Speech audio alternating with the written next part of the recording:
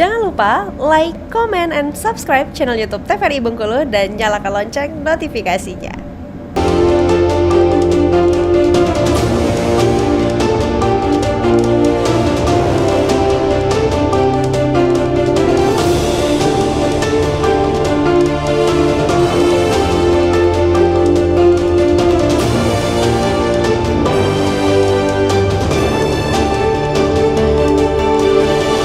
Ya pemirsa, Anda kembali menyaksikan Berendo TVRI Bengkulu edisi hari ini dengan tema Budaya Minang di Bengkulu. Dan tentunya kita masih bersama dengan kedua narasumber kita, ada Pak Marwandi dan juga Bang Yuasman.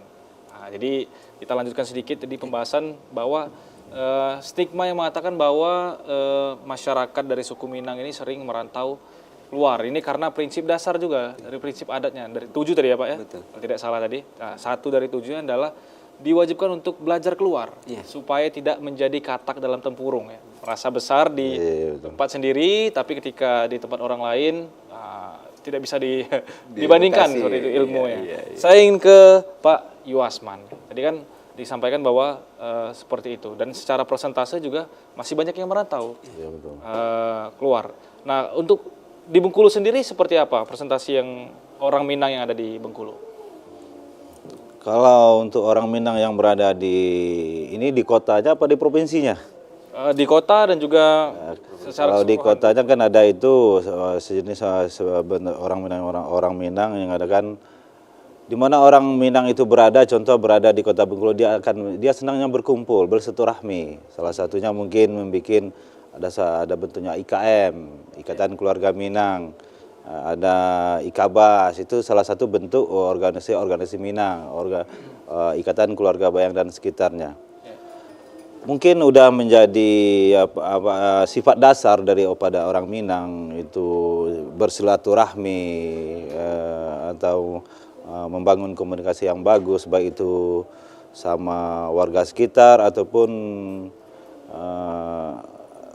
ya ibaratnya ataupun orang-orang yang berada di sekelilingnya lah itu kan. Ya mungkinlah sifat dasar. Jadi dimanapun orang Minang itu berada mungkin akan selalu membangun silaturahmi. Oke, berarti kalau organisasinya lebih dari 1 berarti cukup banyak secara persentase berarti di Bengkulu. Betul. Kalau secara induknya mungkin lebih paham lagi ke Kanda gitu yang untuk menjelaskan kan untuk masalah yang Minang yang berada di Kota Bengkulu itu. Bang Marwan. Ya, dari jumlah perantau Bengkulu yang kita dengar dari hasil hasil survei dari BPS, jumlah hak suara kemarin tuh 33.000. 33.000. Ya, Minang dan keturunan ke kekeluargaannya, Minang keturunan atau yang menjalin hubungan pernikahan dengan orang Minang itu 33.000 banyaknya. Artinya persentasenya cukup tinggi, terutama di Kota Bengkulu itu mencapai 45% orang Minang. Nah, kebetulan malam tadi kami lagi pelantikan pengukuhan penghulu suku Tanjung dan pengukuhan pengurusnya. Kebetulan saya ketua dari KBRT tersebut.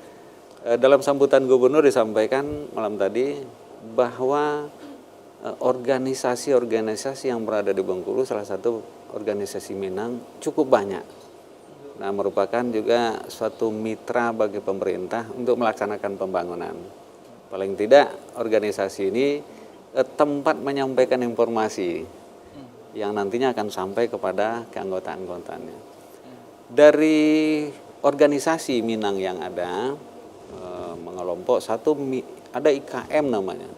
IKM itu Ikatan Keluarga Minang. Kemudian ada organisasi yang namanya Jurai. Jurai itu organisasi yang dibangun itu dari tempat asalnya kabupaten atau kota. Misalnya Bukit Tinggi, Pesisir Selatan, kemudian Pasaman, kemudian Pariaman, itu ada 9 jurai yang ada. Nah, satu-satu jurai ini, kabupaten kota ini kan ada organisasi-organisasi kecamatan. lebih kurang 62 organisasi kecamatan. Oh, jadi dipecah-pecah ya? Nah, ini salah satu beliau ini adalah Kawas ini kan merupakan kecamatan dari pesisir selatan.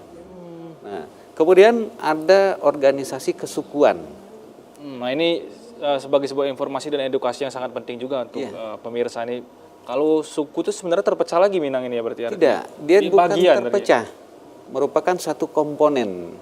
Bagian daripada Bagian dari Minang itu sendiri. Kalau Minang itu kedaerahannya. Oke. Ya. Sumatera Barat secara keseluruhan. Betul. Kalau suku itu merupakan lembaga keakraban dari sebuah kelompok atau Minang ini karena memang menganut materialis, yaitu keturunan dari ibu. Nah, ada satu keluarga yang berkembang itu namanya suku atau payung. Kemudian dari satu suku ini berkembang, itulah yang namanya suku.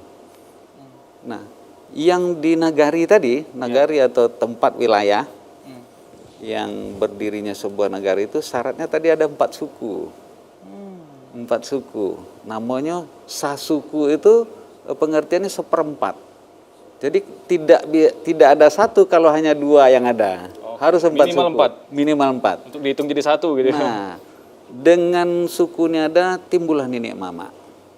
Ninik Mama memiliki suatu lembaga, namanya diangkatlah suatu pemimpinnya itu penghulu suku. Dari penghulu suku nanti menyatu kepada kerapatan adat. Kerapatan adat Minang atau adat daerah, namanya KAN di tingkat kecamatan, di tingkat provinsi, di tingkat kabupaten. Kemudian yang mengurus lembaga adat ini namanya LKAM, lembaga kerapatan adat Minangkabau. Itu di Secara tingkat strukturnya kompleks sekali berarti. kompleks. Kompleks Nah, ini sudah seperti belajar hukum tata negara saya. Masih ingat kuliah nih. Iya, betul. Ingat kuliah nih. Nah, di mana posisi suku? Kenapa tidak berbenturan dengan IKM atau kedaerahan tadi? Suku itu adalah kelompok-kelompok dari sebuah sebuah wilayah yang nantinya akan sebagai penyambung informasi kepada anak kemanakannya. Nah, di Minangkabau itu posisi Ninik Mama yang kumpulan dari paman-paman atau kepala-kepala suku itu penghulu suku ini disebut Ninik Mama. Kemudian di Minangkabau itu juga ada alim ulama yang berperan Itu berbeda lagi penuh. posisinya. Beda posisinya. Oke. Semakin menarik kita harus potong terlebih dahulu. Kita harus jeda terlebih dahulu untuk pariwara berikut ini. Baik. Kita akan bahas lebih lanjut di segmen berikutnya. Pemirsa jangan kemana-mana, tetap di Berendo TVRI Bengkulu.